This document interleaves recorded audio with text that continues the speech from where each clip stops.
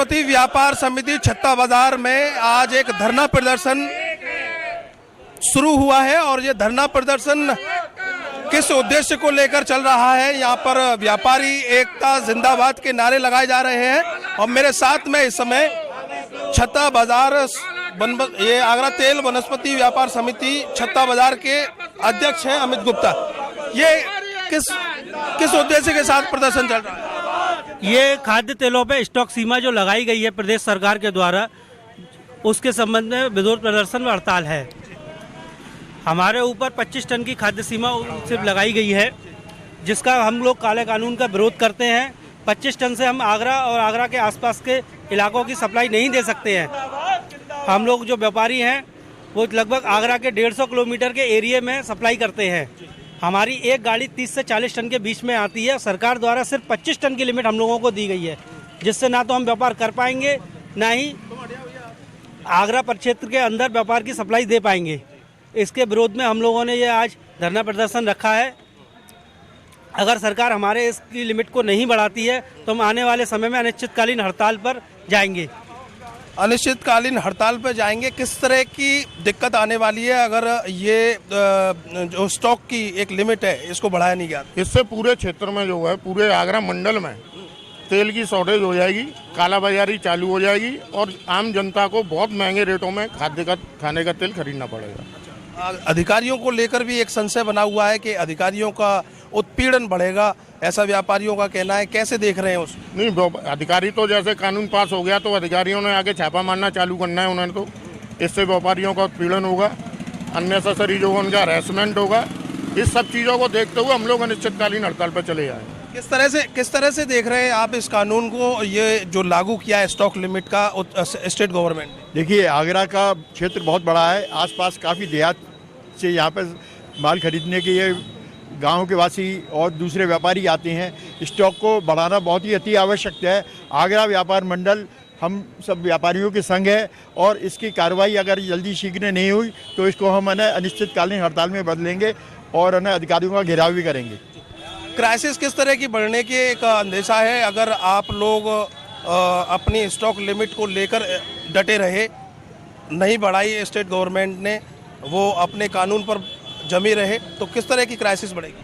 देखिए, आगरा के परिक्षेत्र में लगभग 300 टन पर डे, आगरा के परिक्षेत्र में 300 टन पर डे की खपत है और अगर हमारे ऊपर 25 टन की लिमिट लागू की गई जाएगी तो हम आगरा या उसके आसपास के क्षेत्रों में माल की सप्लाई बाधित हो जाएगी, जिससे पूरे क्षेत्र के अंदर खाद्य तेलों की समस्या उत्पन्न होगी और रेटों की कालाबाजारी होने की आशंका है, जिसकी रोकथाम के लिए सरकार जिस प्रयास को चाह रही है कि खाद्य तेलों के रेट कम हों, वो उनका मंशा पूरी तरह से विफल हो जाएगी।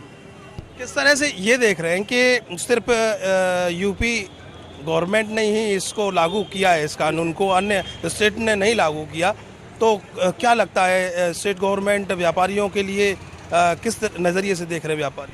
व्यापारियों के लिए अत्यंत जो है ये दुर्भाग्य का विषय है और अपना व्यापार कर नहीं पाएंगे वो। गवर्नमेंट से मेरा कहना ये है कि अगर उनको खाद्य तेलों की कीमत कम करनी है तो स्टॉक लिमिट छापामारी से कम नहीं होगी है।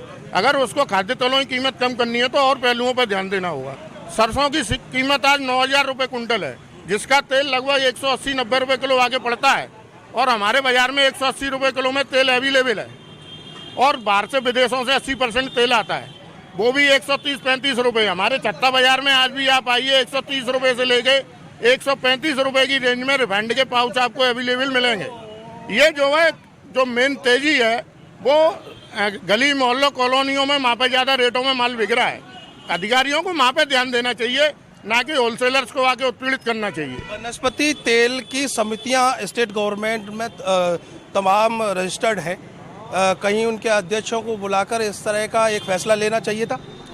गवर्नमेंट को पहले व्यापारियों से सलाह मशवरा करना चाहिए था, लेकिन लागू करने से पहले उन्हें अन्य स्टेटों में भी देखना चाहिए था कि वहाँ के स्टेटों में इस चीज़ की स्टॉक लिमिट सीमा लगाई गई है या नहीं लगाई गई है, और लगाई गई है तो कितनी लगाई गई है।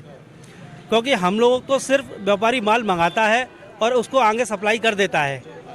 हम लोगों के जिस तरह से गवर्नमेंट चाहती है कि खाद्य तेलों की स्टॉक सीमा अगर 25 टन करेंगे तो आने वाले समय में पूरे उत्तर प्रदेश के अंदर खाद्य तेलों की स्टॉक की अनियमितता रहेगी। क्या चाहते हैं, कितने टन तक हो सकता है कि व्यापारी कम से कम 200 टन की लिमिट होनी चाहिए हमारे यहाँ की। 200 टन में व्यापारी बन सकता है, वेराइटी बहुत है एक्चुअल में। दूसरा क्या है, हमारा खाद्य तेल टोटल इंपोर्ट के ऊपर आधारित है। अब इंपोर्ट में 80% माल इंपोर्ट होता है, गवर्नमेंट को उधर ध्यान देना चाहिए। इधर उन्होंने ड्यूटी कम करी, उधर मलेशिया ने रेट बढ़ा दिया। उससे क्या हुआ कि गवर्नमेंट अपने हाथ मलती रह गई और अब हम लोगों को परेशान करेगी। हाँ, अगर नहीं होता है तो कहाँ तक जा सकते हैं ये, क्योंकि आज एक दिन की हड़ताल है। नहीं आगे अनिश्चित काल के लिए हड़ताल करनी पड़ेगी। सालक का समय फिर भी पूरे दिक्कत आएगी। यूपी में होगा, पूरे यूपी में बस बाजार बंद रहेगा। खाद्य तेलों की पूरे यूपी में सब लोग तैयार हैं हड़ताल तैयार करने हैं के सभी लिए। लोगों जो है। आप लोगों ने बात की है अन्य जिलों में? एसोसिएशन से हमारी बात हो चुकी है और सभी लोग अगर ये काला कानून वापस नहीं लिया जाता है या स्टॉक सीमा नहीं बढ़ाई जाती है तो पूरे उत्तर प्रदेश के खाद्य व्यापारी इस चीज़ की हड़ताल पर जाएंगे। तो कहीं ना कहीं आप देख रहे हैं कि आगरा तेल वनस्पति व्यापार समिति ने एक दिन की हड़ताल रखी है और साफ तौर पर मांग कर रहे हैं कि अगर इनकी जो एक लिमिट है, जो एक दायरा बनाया है, कानून बना दिया है स्टेट गवर्नमेंट ने, यूपी स्टेट गवर्नमेंट ने, अगर इसको बढ़ाया नहीं गया, इसको 200 टन तक नहीं किया गया तो ये और भी लंबी हड़ताल होगी और इस कानून को कहीं न कहीं पलटने के लिए कोशिश ये व्यापारी करते रहेंगे। कैमरे के पीछे आर्यन बघेल में करतार सिंह बघेल, अर्थ न्यूज।